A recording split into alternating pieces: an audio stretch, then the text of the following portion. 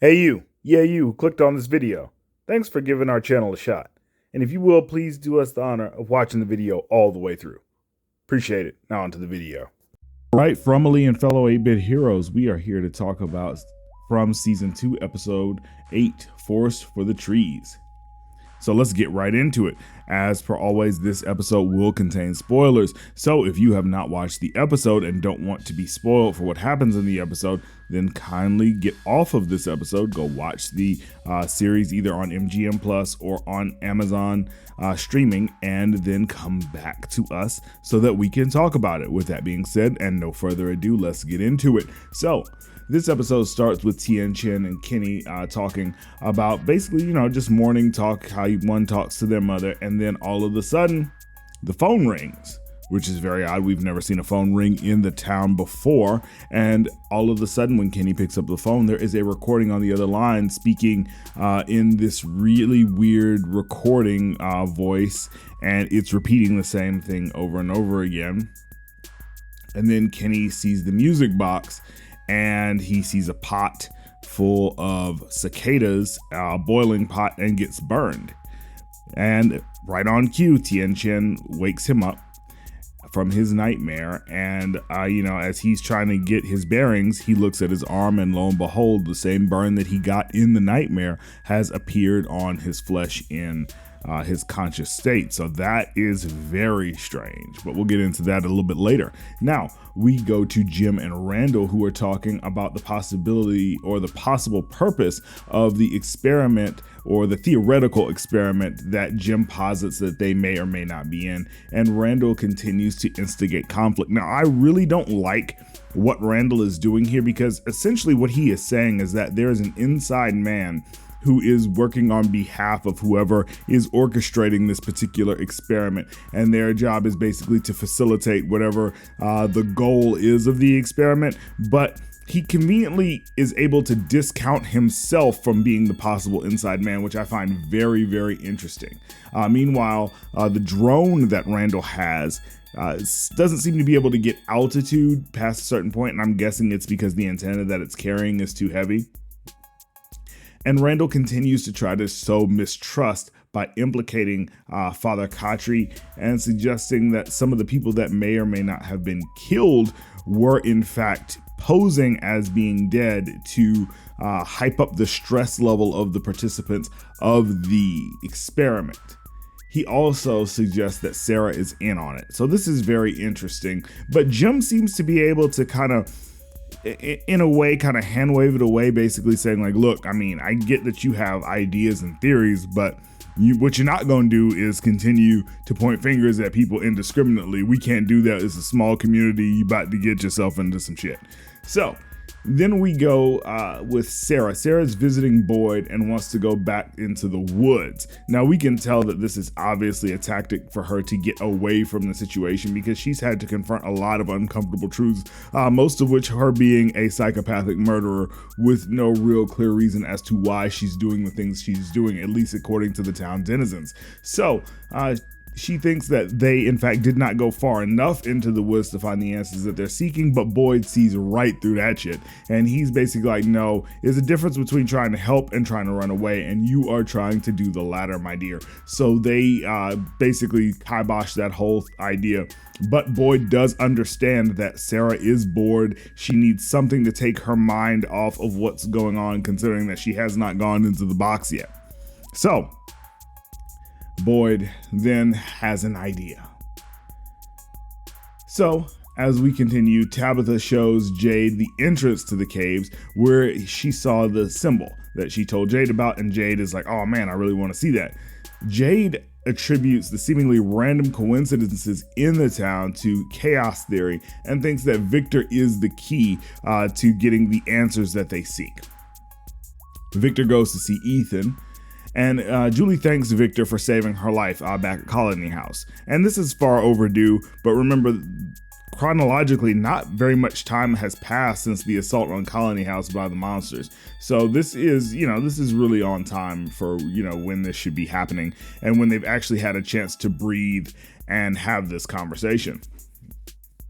So Victor won't enter the house, which I find very strange.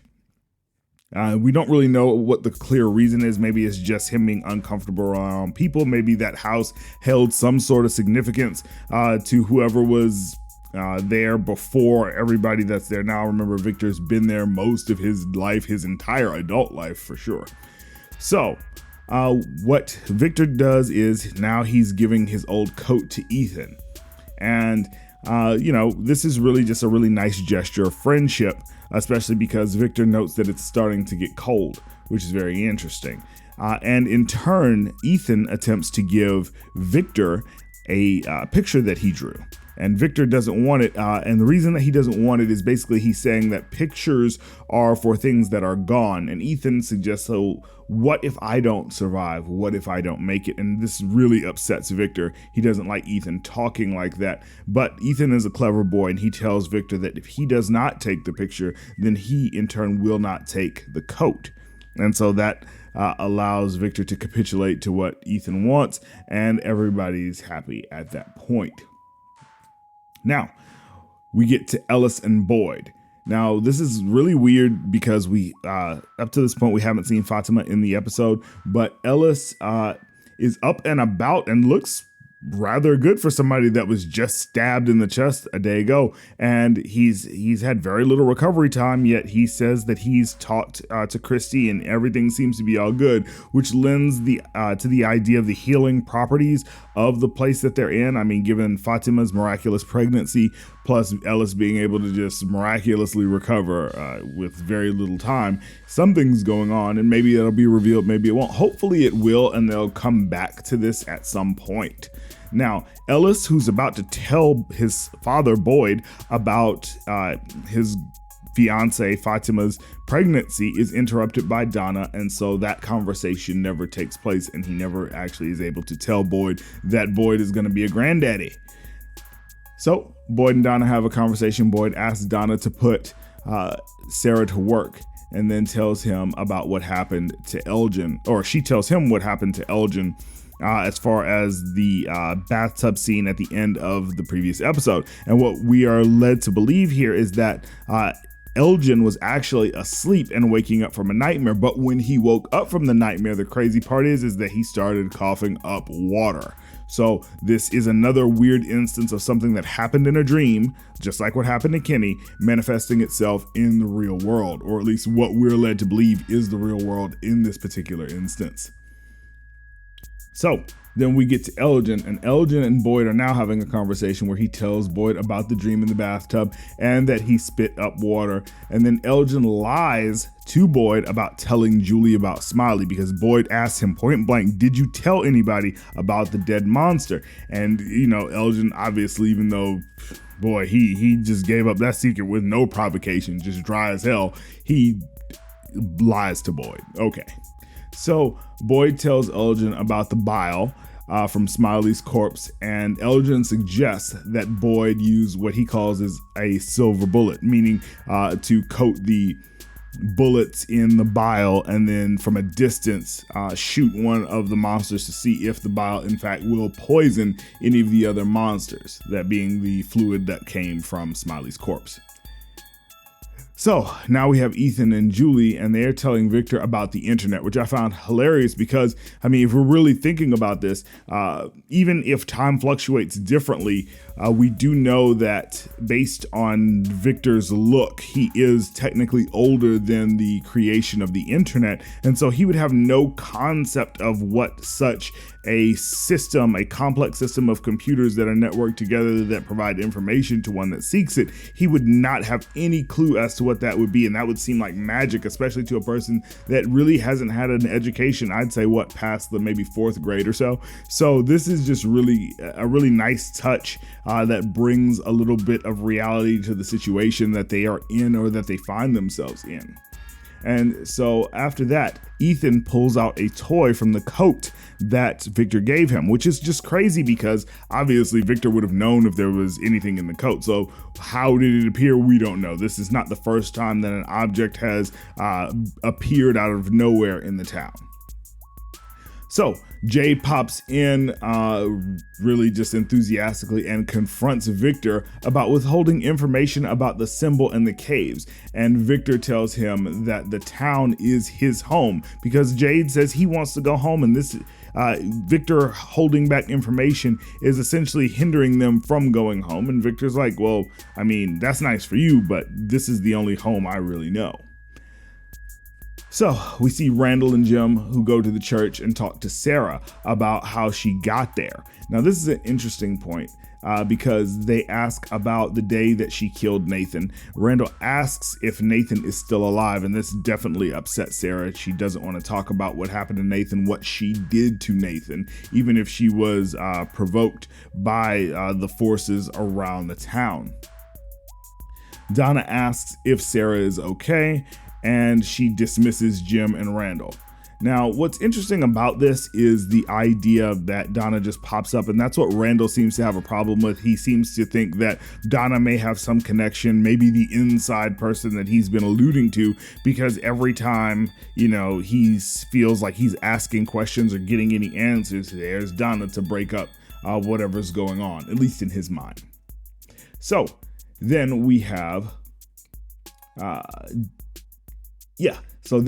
Jim and Randall, and Jim basically is telling Randall he needs to chill the hell out. Like, he really needs to calm all of that shit all the way down, and that there's a better way to get answers, the answers that they seek. They should, in fact, watch the monsters while they don't technically know they're being watched. And the way that he'd like to do this is by spending the night in the RV, keeping the windows open, keeping a talisman on the door so nobody can get in, and basically watching over them to see if, in fact, they have some sort of behavioral pattern, something that would lend credence to the idea that they are, in fact, in some sort of experiment.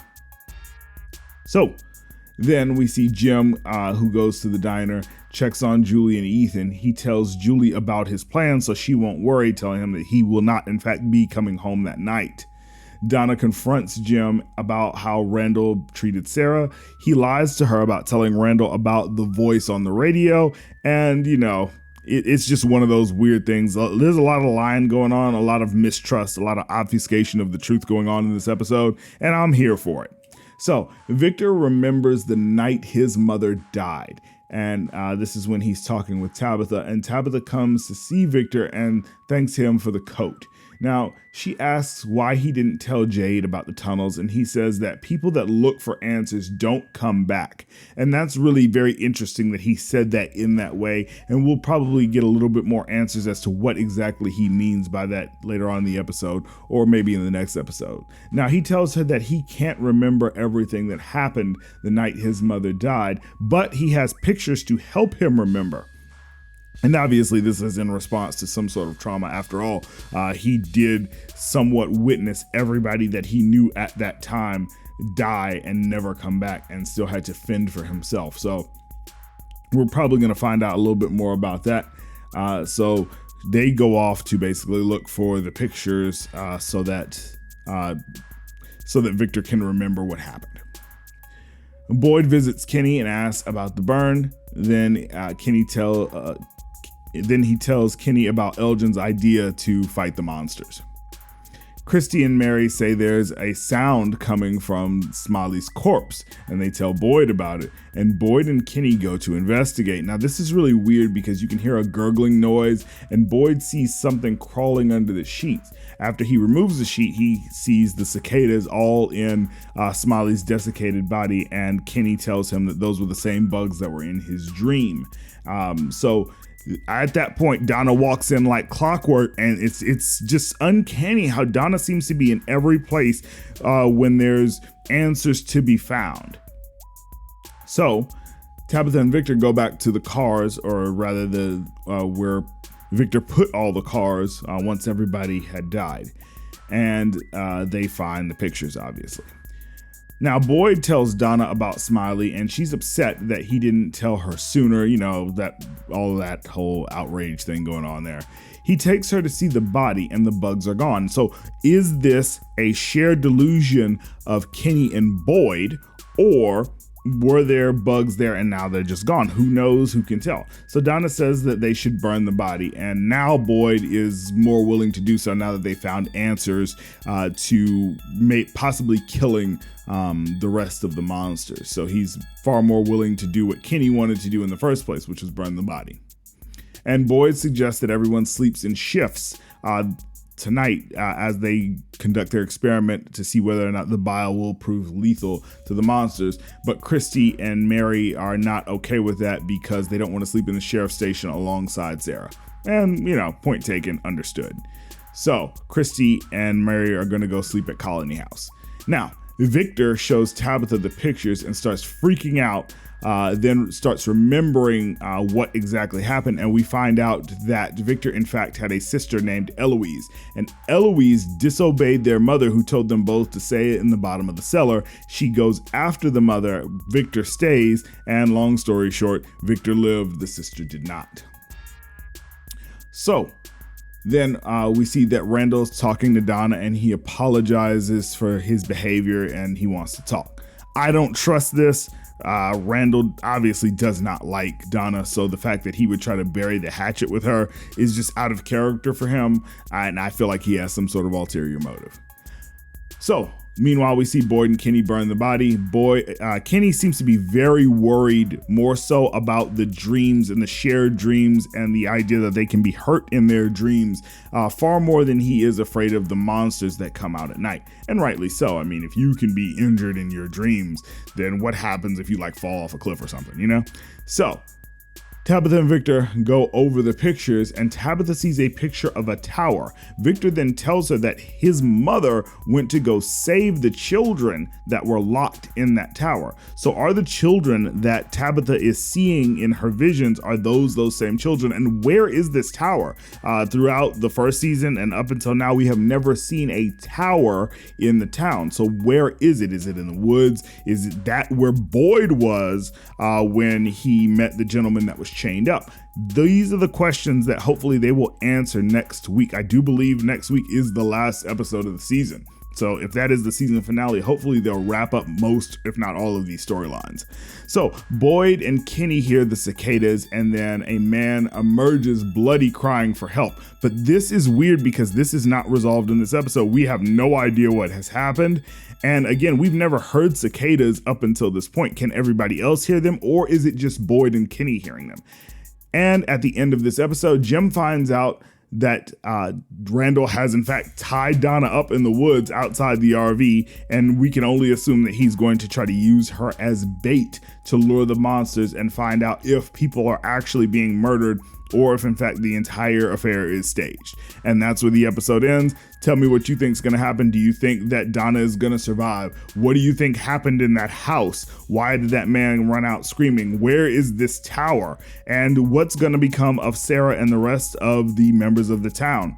Let's talk about it in the comment section. Post your theories. Remember to go to the From group in the Facebook group that we have linked in the bottom, and we'll see you again on the next one. 8-Bit Heroes out. Peace.